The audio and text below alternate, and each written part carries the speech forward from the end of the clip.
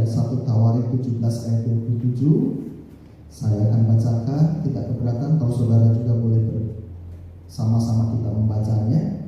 1 Tawarik 17 ayat 27, 2, 3. Kiranya engkau sekarang berkenan memberkati keluarga hamba-Mu ini, supaya tetap ada di hadapan-Mu untuk selama-lamanya. Sebab apa yang engkau berkati ya Tuhan, diberkati untuk selama-lamanya. Bicara tentang keluarga bukanlah berbicara sesuatu yang sangat sederhana, bahkan begitu kompleks, begitu rumit, begitu banyak. Saya menyadari saya bukanlah pribadi yang sudah sempurna, kami pun bukan keluarga yang sempurna. Tetapi bersyukur karena kasih karunia Tuhan, kami terus disempurnakan. Ada begitu banyak peristiwa jatuh bangun, kegagalan yang kami alami. Mungkin secara pribadi saya yang lebih banyak harus memperbaiki diri dan harus menyempurnakan lagi kehidupan saya secara pribadi maupun dalam kehidupan rumah tangga. Tetapi kembali semua karena pertolongan Tuhan. Kita semua rindu kita menjadi keluarga yang bahagia. Amin. Bagaimana kita menjadi keluarga yang bahagia? Pertama, kita jangan lupa, memang keluarga bagaimanapun akan dimulai dengan sebuah pernikahan. Artinya kalau bicara keluarga bahagia, kita harus tahu bagaimana pernikahan yang bahagia. Pernikahan dan keluarga menjadi pusat perhatian Allah. Itu adalah hal yang sangat kita syukuri. Karena bukan hanya kerinduan kita menjadikan keluarga kita keluarga yang bahagia, tetapi sungguh di dalam Tuhan menaruh perhatian khusus bagi setiap keluarga dan pernikahan anak-anak Tuhan. Kenapa dikatakan demikian? Tidak kebetulan saudara-saudara, dari sejak awal Tuhan berkarya, Tuhan kemudian menyatakan maksud tujuannya menciptakan manusia. Dia sudah membentuk lembaga pertama yang disebut keluarga lewat pernikahan. Tuhan menjadikan laki dan perempuan, menjadikan Adam dan Hawa, bukan Adam dan Budi, bukan Hawa dan Fatimah.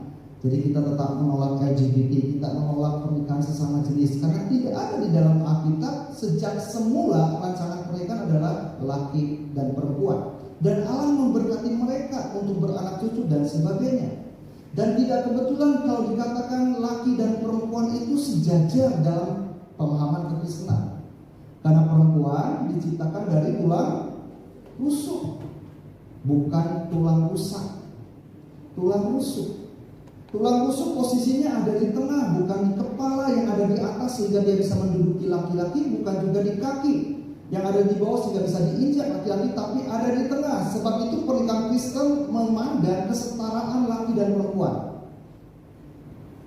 Kalau dalam acara pemberkatan nikah, ketika seorang hamba Tuhan memberkati pernikahan, laki-laki ditanya, apakah Anda, saudara katakanlah Samuel, menerima saudari Hana sebagai istrimu satu-satunya dalam suka duka dan seterusnya? Dengan mata laki-laki berkata, bersedia. Tapi kalau si perempuannya ditanya, saudari Hana, apakah kau bersedia menerima? Tidak, batal. Gak peduli undangan banyak yang hadir, gak peduli resepsi sudah disiapkan, batal. Karena perempuan setara dengan laki-laki. Berbeda dengan saudara sepupu kita. Dalam ijab kabul, ya kita hargai mereka punya pandangan dan keyakinan masing-masing. Tapi kalau saudara memperhatikan ketika mereka melakukan ijab kabul, pernikahannya laki-laki. Saya Abdullah bin Abdul Muttalib menerima Fatimah, ya, mengambil Fatimah binti Abdullah, namanya sama, sebagai istri dengan mas kawin sepakat alat sholat tunai. Sah. Yang perempuannya nggak ditanya. Kalau dia nggak mau gimana? Memang kalau dalam hukum syariah, sudah bersyukur, sekalipun di beberapa kota di Indonesia termasuk Cianjur, ada kota pertama di Jawa Barat yang menerapkan syariah Islam. Tapi kalau syariah yang betul-betul syariah seperti di negara Arab, perempuan itu nilainya nggak setara dengan laki-laki. Nilai seorang laki-laki setara dengan 3 perempuan. Makanya kenapa ada begitu banyak korban tenaga kerja kita perempuan di negara yang menerapkan syariah. Karena ketika mereka diperlakukan semena-mena dan sebagainya, hanya mereka yang bersaksi. Cukup dengan dihadapkan dengan tuannya yang laki-laki, kalah sudah. Karena nggak setara. Tapi Tuhan rusuk sejajar, setara. Katanya dekat dengan hatinya untuk dicintai, dekat dengan lengannya untuk dilindungi. Berfungsi sebagai pelindung bagi organ-organ yang vital. Jadi seorang istri, seorang perempuan itu melindungi hal-hal yang sensitif dari suaminya. Saya ketika dulu masih zaman jahiliyah, zaman kebodohan, saya pernah belajar bela diri, saudara-saudara, dan namanya bela diri udah siap dihantam kan ya. Saya sempat kena tendangan, ya udah gak aneh kalau di sini ya, gak ada. Sesek, padahal ada pelindung tulang rusuk ya, tapi masih kalah. Apalagi kalau nggak ada, wah fatal. Makanya tidak heran dikatakan perempuan sebagai penolong, bukan penolong. Nah berikutnya kita lihat, bukan yang di kitab Kejadian sebagai awal dari perjanjian lama dan awal dari seluruh kitab di dalam Alkitab. Ketika mengakhiri perjanjian lama, yaitu kitab Malaki sebagai kitab terakhir, dicatat bagaimana Tuhan juga memberikan peringatan. Pada waktu itu ada sebuah kisah yang kemudian saya simpulkan saja supaya cepat. Jadi ada begitu banyak umat Tuhan, khususnya laki-laki, waktu itu menghadap Tuhan. Dan waktu menghadap Tuhan mereka harus mempersembahkan korban. Baru kalau korbannya diterima mereka bisa menyampaikan permohonan. Nah jangankan permohonan, waktu mereka mempersembahkan korban saja Tuhan tolak. Tuhan gak mengindahkan, bahkan Tuhan menganggap jijik persembahannya. Kenapa? Karena ayat 14 bilang mereka tidak setia kepada istri. Betapa Tuhan menaruh perhatian penting kepada pernikahan. Dan dikatakan juga bahwa pernikahan itu Tuhan punya tujuan supaya menghasilkan keturunan ilahi. Anak-anak yang memunculkan karakter-karakter Kristus, karakter-karakter Allah. Anak-anak yang berjalan menurut rencana dan tujuan Tuhan, bukan keinginan orang tua pingin anak jadi apa, jadi ini, jadi itu. Boleh, itu harapan lumrah. Namanya orang tua, kita punya harapan pasti yang terbaik yang kita inginkan untuk anak kita, betul? Tetapi Tuhan tahu yang lebih baik buat anak kita. Jadi orang tua pun harus menangkap apa sih kehendak Tuhan buat anak saya, apa kerinduan Tuhan buat anak saya. Dan kita juga mengajarkan anak kita untuk ayo dimulkan, ayo doakan. Tuhan maunya kamu jadi apa, bukan cuma kamu ingin jadi apa. Tuhan maunya kamu jadi apa. Bahkan dikatakan bukan cuma soal ketidaksetiaan dari suami kepada istri, juga kekerasan yang banyak terjadi antara suami, tindakan suami kepada istri. Itu juga Tuhan tidak berkenan dan menolak doa mereka. Betapa perempuan sangat dihargai di mata Tuhan. Ya, sebelum Komnas HAM berdiri, sebelum hak asasi para perempuan dan anak-anak muncul lembaga hukumnya, Alkitab sudah mencatat betapa perempuan dihargai di mata Tuhan sama dengan laki-laki. Laki-laki nggak menghargai perempuan, surat Al-Qadis sudah catat itu. Laki-laki nggak menghormati perempuan, baik ibunya maupun istrinya. Ya, Tuhan nggak akan jawab Tuhan. Berikutnya kita lihat lagi di sini. Bahkan di saat penutup bagian Malaki bukan hanya soal urusan suami dan istri, dikatakan juga menyinggung urusan orang tua dan anak. Karena keluarga tentu bukan hanya soal suami istri. Ketika Tuhan karuniakan buah hati, Tuhan juga berurusan. Di dalam Malaki 4 ayat 5 dan 6, Tuhan juga sangat serius memandang bagaimana orang tua dan anak harus ada di dalam hubungan yang sehat dan pulih secara rohani maupun secara batin. Tidak menyimpan dendam, dengki, amarah, dan rasa pahit. Dan Tuhan serius, kalau tidak demikian akan datang penghukuman. Nah kita lihat perjanjian baru pun, sebelum Yesus kemudian menyatakan dirinya dalam sebuah pelayanan, didahului dengan Yohanes Pembaptis yang menggenapi nubuatan tadi di Malaki pasal yang terakhir tentang pemulihan hati bapa dan anak. Banyak anak-anak yang mengalami luka batin dari bapaknya. Sebuah survei yang pernah dilakukan di Amerika beberapa tahun yang lampau, yang saya baca, ketika diteliti, dicari tahu, ada begitu banyak kriminal-kriminal atau lebih tepatnya narapidana yang ada di penjara ya, ada di penjara. Dan dicari tahu seperti apa sih hubungan mereka dengan orang tua mereka. Kebanyakan 90% lebih berangkar pahit sama bapaknya. Kalau sama mamanya nggak seberapa. Makanya nggak heran Alkitab mencatat, hati-hati bapak-bapak. Kalau kita lanjut nanti lihat ya di bagian surat Paulus, karena ada begitu banyak kasus bapak-bapak yang menyakiti hati anak atau anak kepada bapak. Ibu pada anak, anak kepada ibu mungkin ada, tapi yang paling disorot di sini karena memang kenyataan faktanya yang tadi saya bilang dari hasil penelitian pun demikian.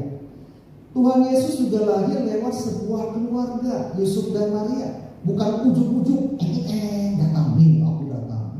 Lewat keluarga. Bahkan berikutnya juga mujizat pertama yang Yesus lakukan di dalam sebuah pernikahan di Kana. Waktu Yesus mengubah air menjadi air anggur, dikatakan ayat pasal 2 ayat 11 dari Yohanes, itu adalah tanda yang pertama, itu adalah mujizat yang pertama yang Yesus buat. Jadi keluarga pernikahan terus menjadi pusat perhatian Allah. Katakan amin. Dan saat ini juga keluarga pernikahan kita ada dalam perhatiannya Tuhan. Kalau Tuhan bisa mengubah satu kondisi yang suram, kondisi yang sangat memalukan pada waktu peristiwa di Kana. Karena peristiwa di Kana itu biasanya saudara pernikahan di sana itu berlangsung selama 7 hari. Mungkin agak mirip sama orang Tapanuli ya. Memang orang Tapanuli katanya masih ada turunan Yahudi. Pernikahan itu 7 hari. Kalau di kita ya paling cuma 1 hari ya, pemberkatan resepsi dalam 1 hari gitu. Kalau orang Yahudi 7 hari. Jadi gak heran mereka harus siapkan segala sesuatunya dengan sangat baik. Cuman kalau saudara pelajari lebih lanjut, tapi saya nggak mungkin bahasnya terlalu detail, terlalu detail. Memang ada kalanya undangan itu nggak semuanya kemudian sempat disampaikan, tetapi mereka yang mengundang langsung. Ketika mereka berjumpa di saat beberapa waktu sebelum pernikahan, ini kelewat nih, kamu datang ya, kayak gitulah kira-kira. Kamu datang ya. Sampai akhirnya di luar dari dugaan jumlahnya membludak. Ketika jumlahnya membludak, otomatis ya. Kalau di sini ada yang suka persiapkan jamuan resepsi seperti Ibu Herawati, mungkin berkatakan, ya ini pengantin gimana sih pesannya 100 yang datang ini 500 loh. Gak kebayang, pusing. Demikian pula yang terjadi. Dimulai dengan air anggur yang habis. Dan itu memalukan sekali. Tapi Yesus bisa mengubah hal yang memalukan, hal yang buruk menjadi mujizat yang luar biasa kalau dia hadir. Dan kita lihat lagi berikutnya. Di kitab Wahyu sebagai kitab terakhir dari perjanjian baru dan kitab terakhir dari seluruh rangkaian kitab di dalam Alkitab, coba ditutup dengan pernikahan anak domba Allah.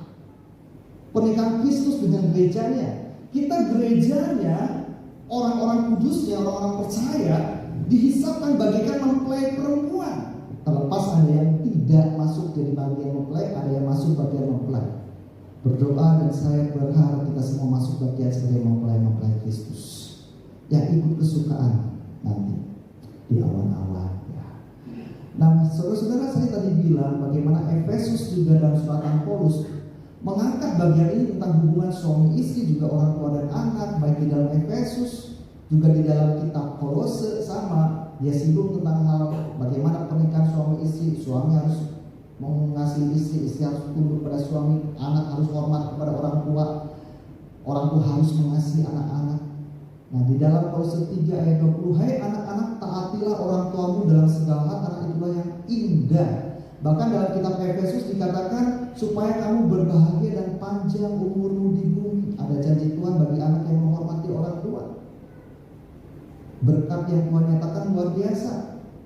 Dan berikutnya lagi, hai bapak-bapak jangan sakiti hati anakmu. Kembali yang ditekankan bapak-bapak, karena memang banyak yang bermasalah, lebih banyak bapak-bapak.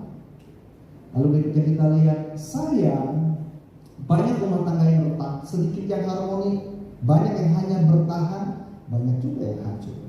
Sebuah gambaran sebelum, before and after, bagaimana pernikahan sebelum dan setelahnya. Kelihatan indah di awal, tapi ternyata berikutnya begitu banyak puing-puing kerusakan. Ya, itu gambar yang diambil dari tempat yang sama, atas dan bawah, sebelum dan setelah konflik. Itu gambaran juga rumah tangga berikutnya, banyak di awalnya begitu indah, tapi kemudian retak, hancur, rusak karena konflik yang tidak terselesaikan. Tidak ada rumah tangga yang tanpa konflik, Tetapi konflik yang tidak terselesaikan yang seringkali menjadi konflik dan menjadi masalah yang berlarut-larut akhirnya menjadi kehancuran. Ada beberapa jenis konflik suami istri. Ada konflik perang terbuka. Wah, kalau konflik perang terbuka orang nggak akan heran. Tahu nggak si Acrey? Nggak aneh. Udah sekian bulan saya tetangga dekatnya denger ribut rame, nggak aneh. Tapi kalau konflik perang dingin itu yang bikin orang aneh. Si Acrey, yang bener lah? Enggak. Bohong lah, itu cuma berita. Baik-baik kok kelihatannya. Seperti rayap.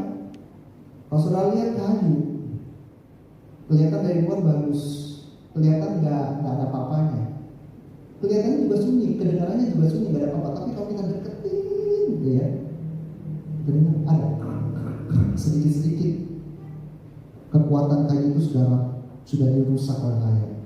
Bahkan kemudian kayu itu tinggal disentuh sedikit, hancur. Ada juga pernikahan yang seperti ini. Ada tembok Berlin.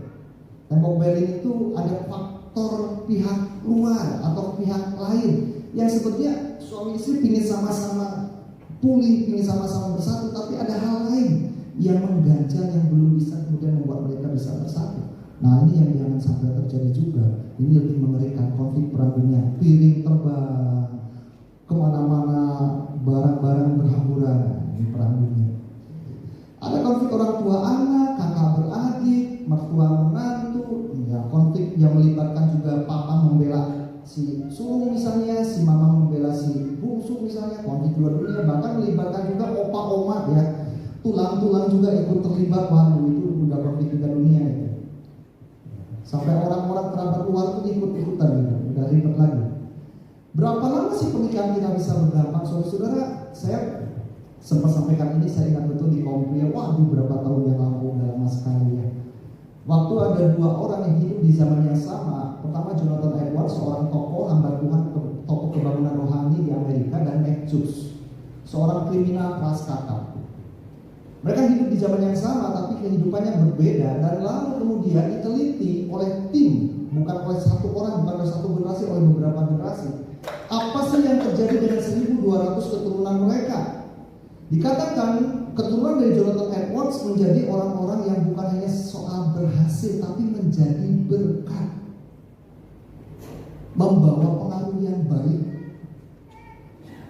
Sebaliknya, keturunan dari Mac Jones banyak yang hidupnya kacau, hancur.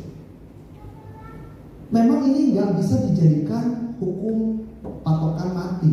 Oh, kalau orang tuanya jahat, anaknya pasti jahat, belum tentu. Kalau orang tuanya baik, pasti anaknya baik, belum tentu juga. Tapi pengaruh itu ada. Memang kembali pada sikap si anak menyikapi bagaimana dia menjalani kehidupan selanjutnya. Tetapi orang tua punya pengaruh yang cukup kuat dan nggak boleh dianggap sepele. Bagaimana orang tua yang hidup takut akan Tuhan, cenderung kemungkinan besar anaknya pun akan hidup terpola dengan baik. Tapi sebaliknya riskan, beresiko sekali kalau orang tua yang tidak takut akan Tuhan, anaknya bisa hancur-hancuran.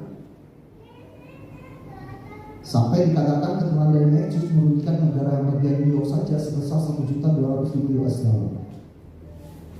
Kita baca ayat ini bersama-sama. 2, 3. Haleluya, berbahagialah orang yang takut akan Tuhan, yang sangat suka kepada segala perintahnya. Anak cucunya akan perkasa di bumi. Angkatan orang benar akan. Apa sih kebahagiaan buat orang tua kalau saya tanya? Bukankah melihat anak-anak berhasil, anak-anak hidup jadi berkat? Begitulah.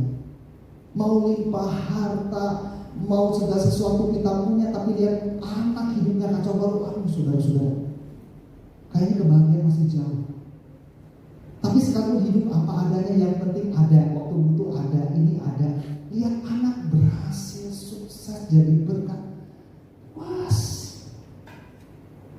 Makanya keluarga yang bahagia di dalam Tuhan, pastikan kita menjadi juga orang tua yang takut akan Tuhan, supaya anak kita juga menjadi anak-anak yang berhasil dan jadi berkat. Mazmur 128 ayat 1 juga tegaskan hal ini. Berbahagia setiap orang yang takut akan Tuhan, yang hidup menurut jalan yang ditunjukkannya. Saya lewat bagian ini. Saudara-saudara lihat ayat yang kedua. Orang yang takut akan Tuhan, dia bisa menikmati hasil jerih lelahnya, dia bisa menikmati hasil pekerjaannya. Ada banyak orang bekerja yang gak bisa menikmati karena berbagai hal.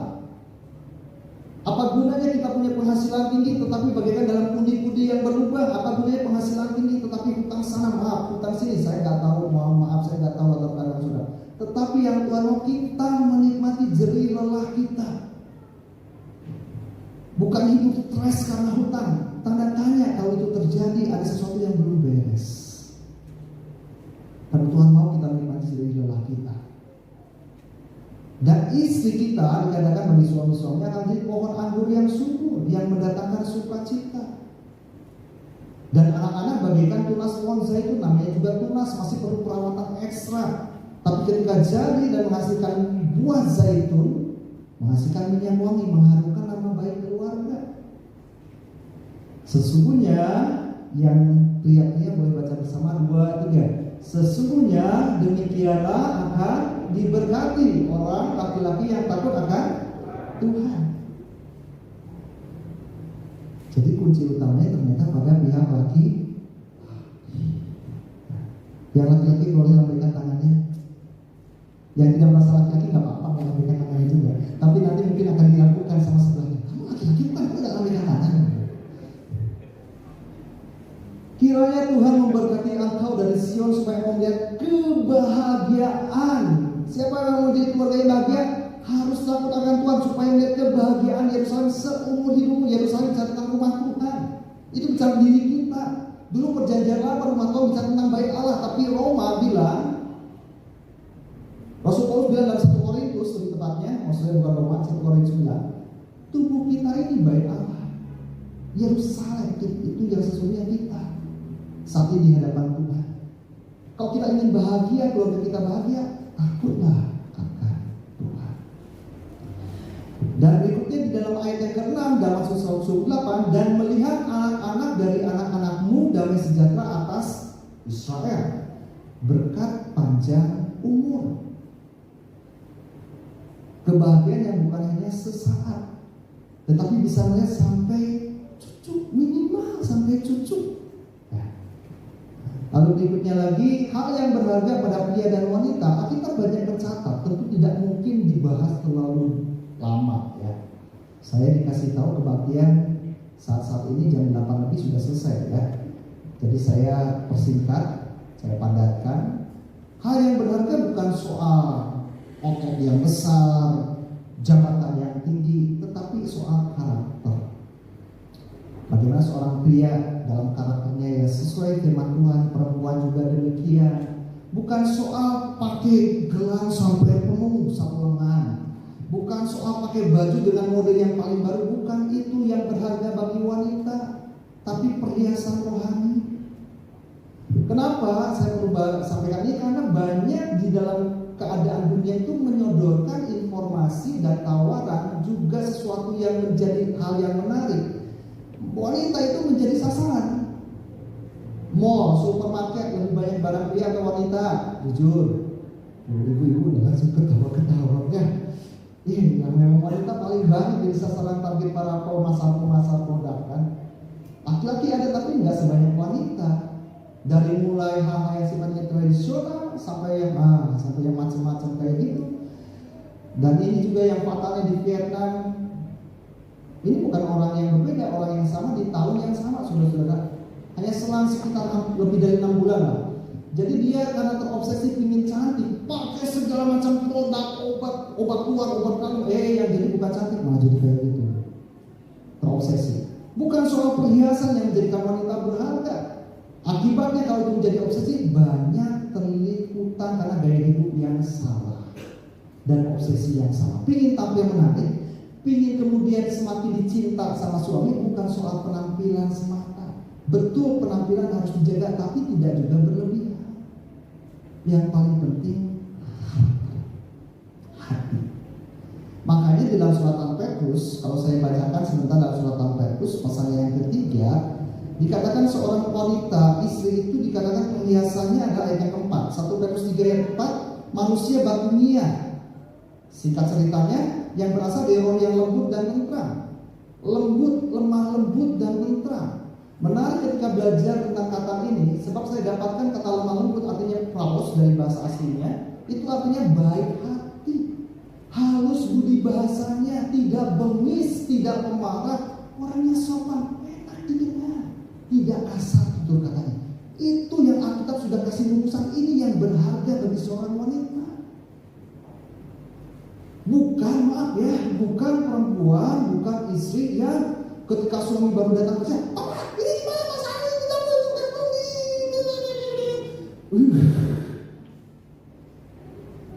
Tapi yang enak didengar. Bukan berarti istri nggak boleh mengeluh sama suami, tapi tahu waktu yang tepat. Istri saya mengerti persis. Saudara, saya ini laki-laki, kemampuan komunikasi berbicara laki-laki dan perempuan beda. Laki-laki itu ada yang bilang kemampuannya, ada yang bilang 25.000, ada yang bilang 2.000. Saya pakai dua-duanya aja. Kalau laki-laki punya kemampuan berbicara 2.000 dan kemampuan mendengar 2.000 kata per hari, perempuan bisa 10 kali lipatnya, 20.000. Jadi laki-laki baru bicara 1 kata, perempuan bisa 10 kata. Begitu pula kemampuan mendengarnya, laki-laki memang banyak yang gak bisa jadi pendengar yang baik. Karena memang kelebihan itu ada pada perempuan biasanya.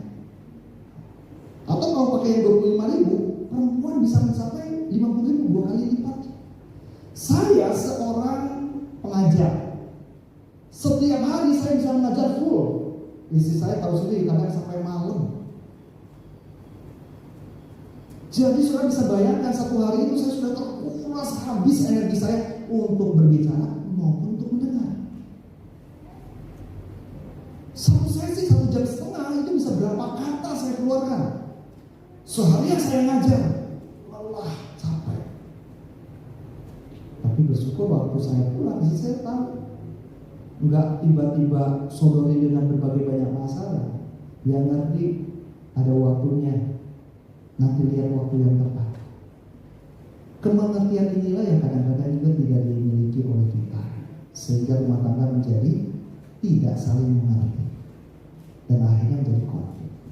Berikutnya, selain lemah lembut, berikutnya juga dikatakan tentram. Kata tentram dalam bahasa aslinya esukios, aman, tidak kacau, damai dalam hati pikiran, punya rasa lega, sejahtera, sentosa, adem ayem, sejuk, tenang, sabar. Sesuatu yang membesarkan hati, menggembirakan hati, menyenangkan hati. Tidak panikan, tidak gerusak-gerusuk gak jelas, tidak bikin suami stres karena sebentar-sebentar, gimana Pak ini, gimana Pak ini, gimana Pak. Tenang. Itu yang cantik, itu yang indah di hadapan Tuhan, juga di mata suami. Istri yang tegar, tapi juga tahu bagaimana berbicara yang santun. Bukan kayak gini, ya. Kalau kayak gini, iblis yang senang, dia ogok-ogok terus situasi kehidupan keluarga. Amsal 27 ayat 15, kita baca sama-sama, 2, 3. Seorang istri yang suka bertengkar serupa dengan tiris atau atap bocor yang tidak henti-hentinya menitip menetes pada waktu hujan. Bahkan di Amsal 31 ayat 14, kalau wanita yang bijak digambarkan kapal saudagar. Mungkin kalau kapal saudagar udahlah, gambaran sederhananya kalau kita boleh bandingkan seperti kapal pesiar, indah dipandang.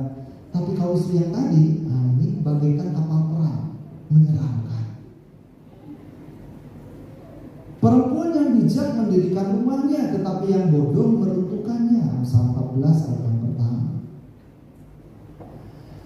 Saya mau ajak kita kembali baca bersama Roma 15 ayat 5 dan 6. 2, 3. Semoga Allah yang adalah sumber ketekunan dan penghiburan mengaruniakan kerukunan kepada kamu sesuai dengan kehendak Kristus Yesus, sehingga dengan satu hati dan satu suara kamu memuliakan Allah dan Bapa Tuhan kita Yesus Kristus.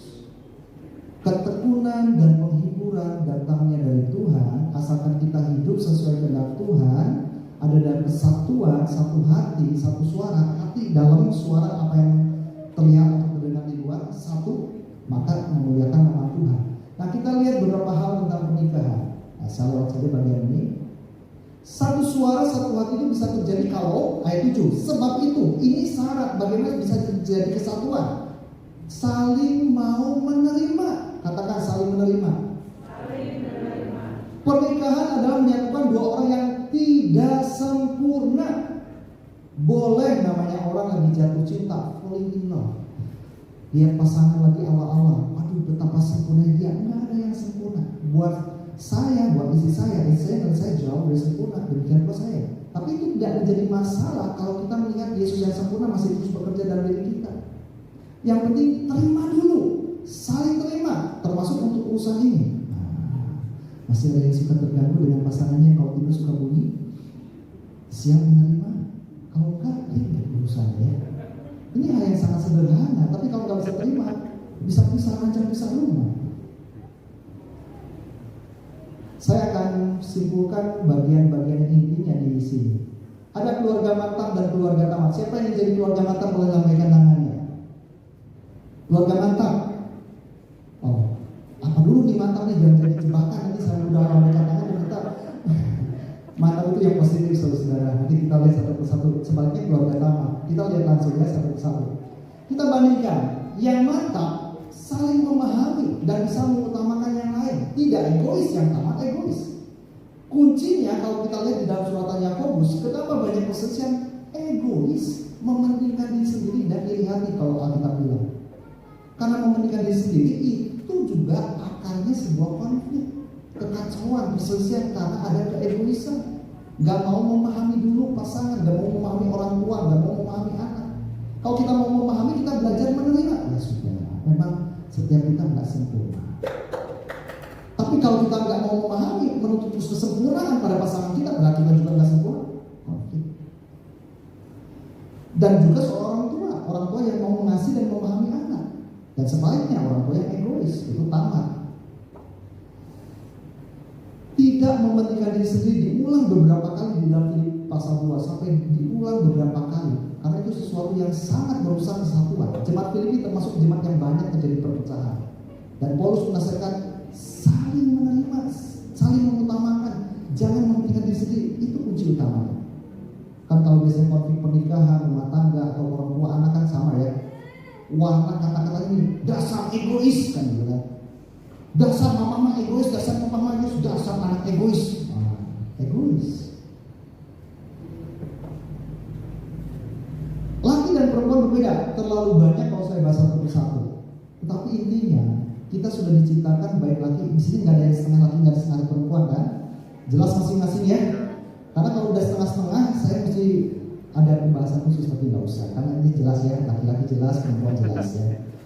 Laki perempuan diciptakan tentu dengan kodratnya, bukan cuma perbedaan jenis kelamin, tapi juga perbedaan dalam banyak hal.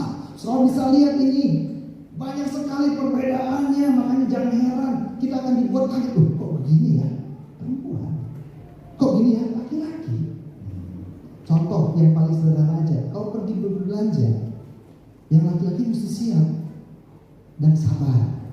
Karena buat perempuan itu yang utama bukan soal hasil, proses jalan-jalannya gitu maksudnya.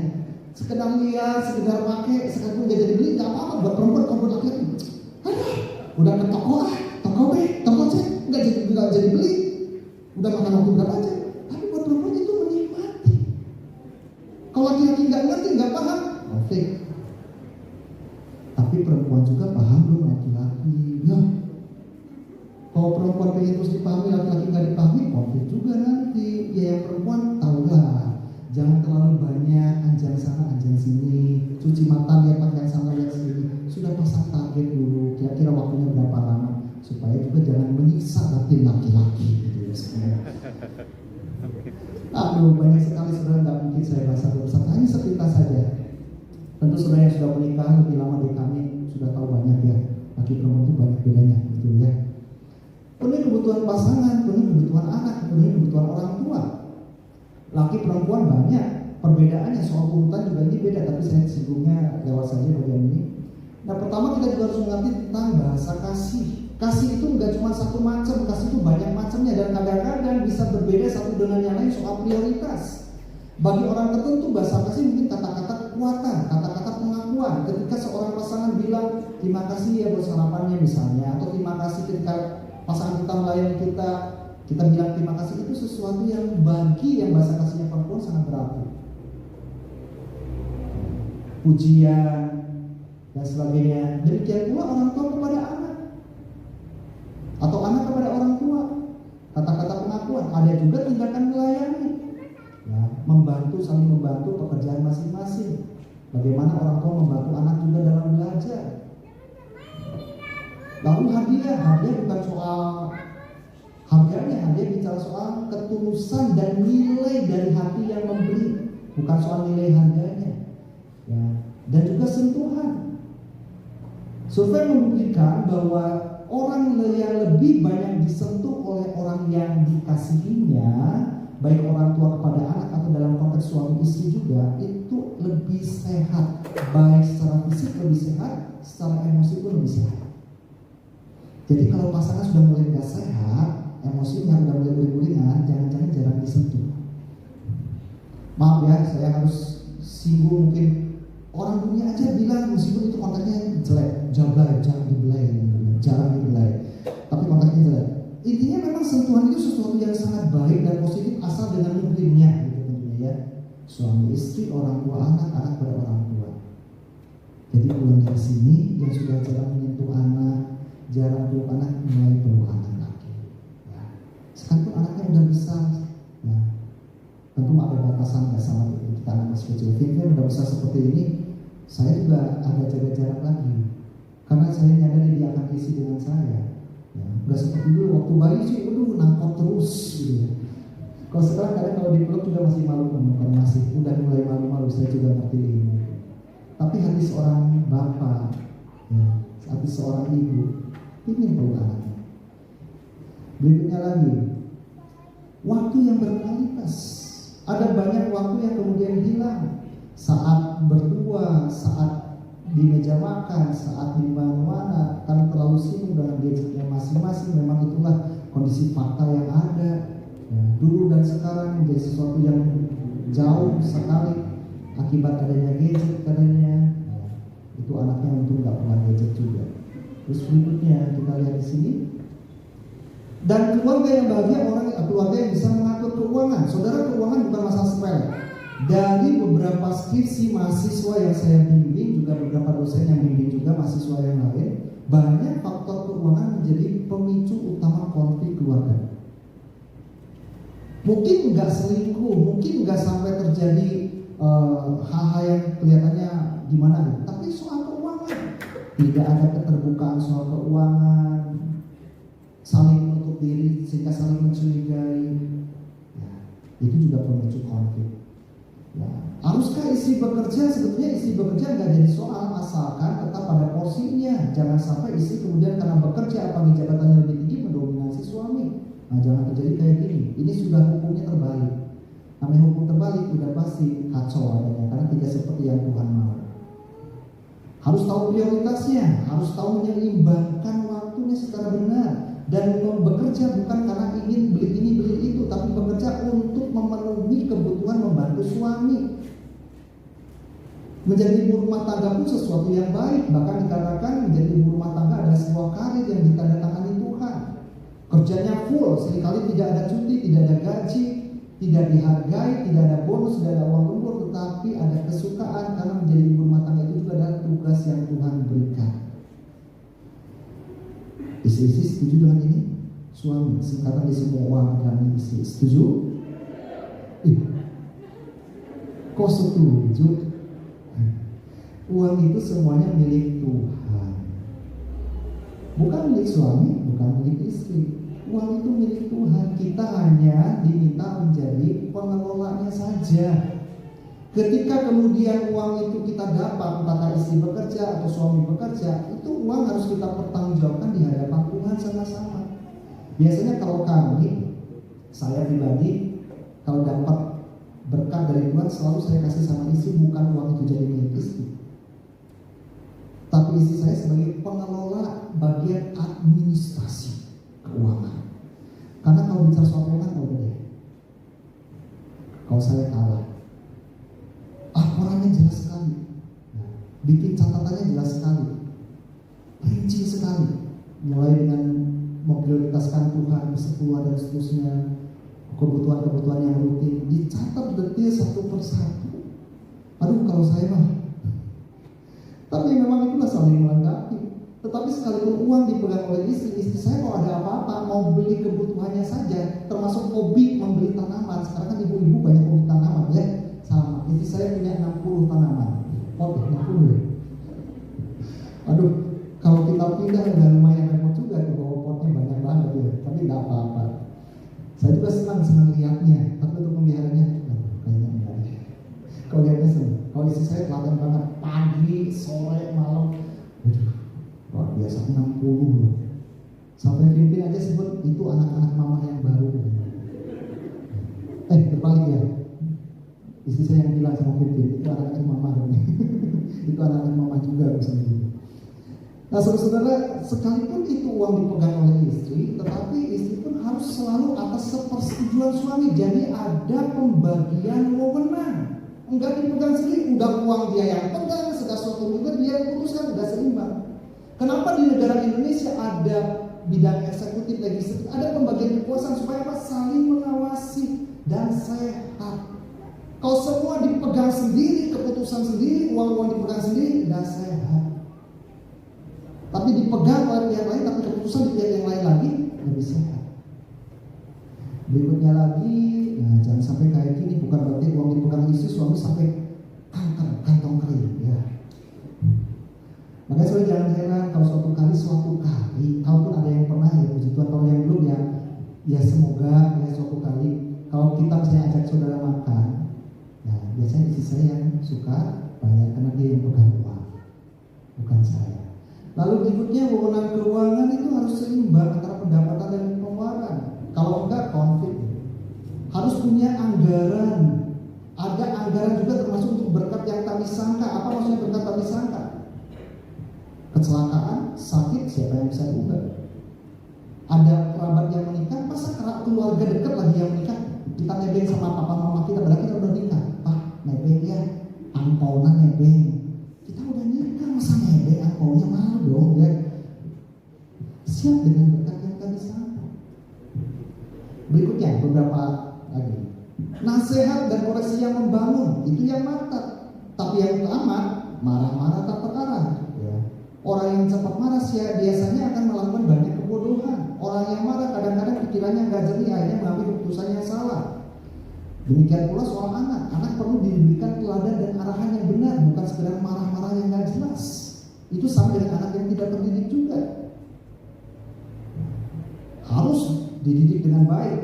Ya, maka Alkitab catat hajar, tapi hajar bukan di sini, bukan di sini.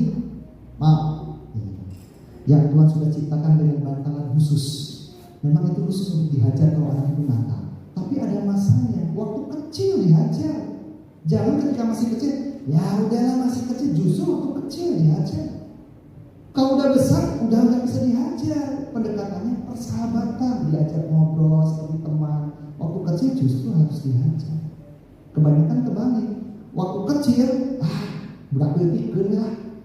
Pas sudah gede, dasar, berontak, marah, pahit, terbalik. Tapi setelah dihajar pun waktu masih kecil jangan dibiarkan. Kadang-kadang gini.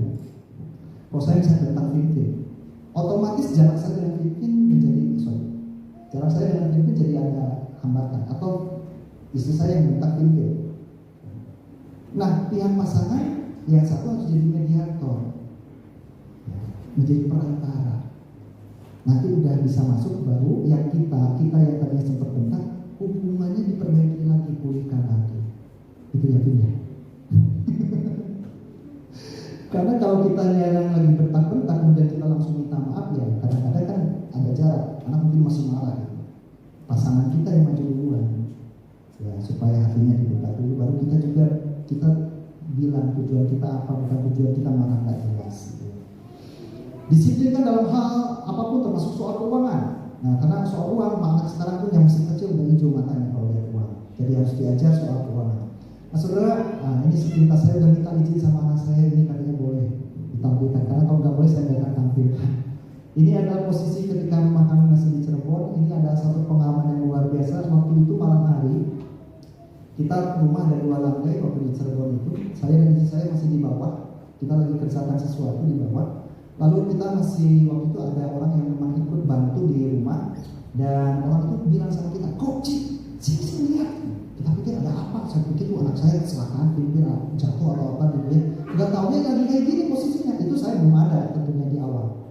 Dia bikin baris itu tanpa permainan binatangnya. Terus dengan posisi dia pimpin doa. Gak pernah diajari. Makanya ketika saya itu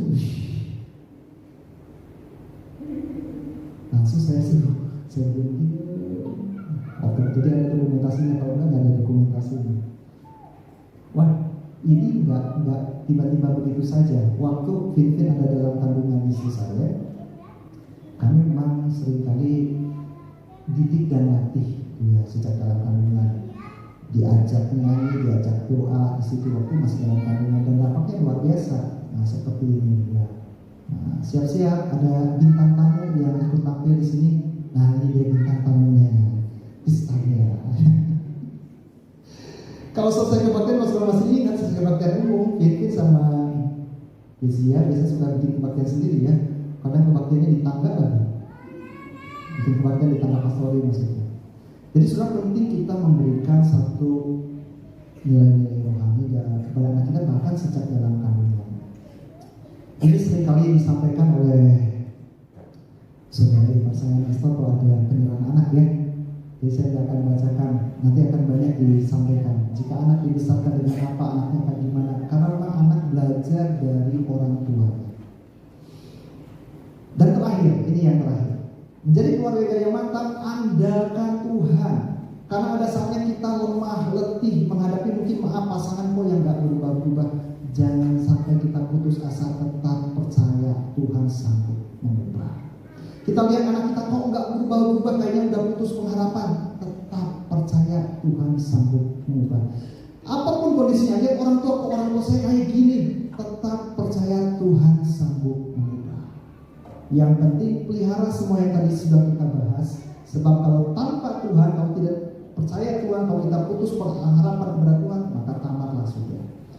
Dan inilah pada akhirnya kesimpulannya, mantap itu singkatan dari memahami, mengutamakan orang lain, atur keuangan dengan baik, nasihat dan porsi yang membangun, teladan arahkan anak, andalkan Tuhan dan pelihara semua itu. Jauhkan dari kita keegoisan, jangan keuangan kemudian menjadi konflik, jangan sampai marah-marah tidak terarah, anak-anak jangan sampai tidak terdidik dengan benar, dan jangan sampai hidup tanpa Tuhan.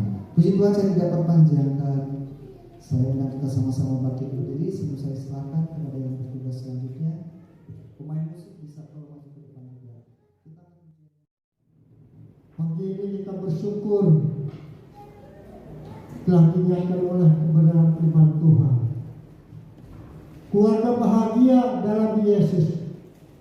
Yang pertama, berbahagialah orang yang takut akan Tuhan. Yang kedua, saling menerima.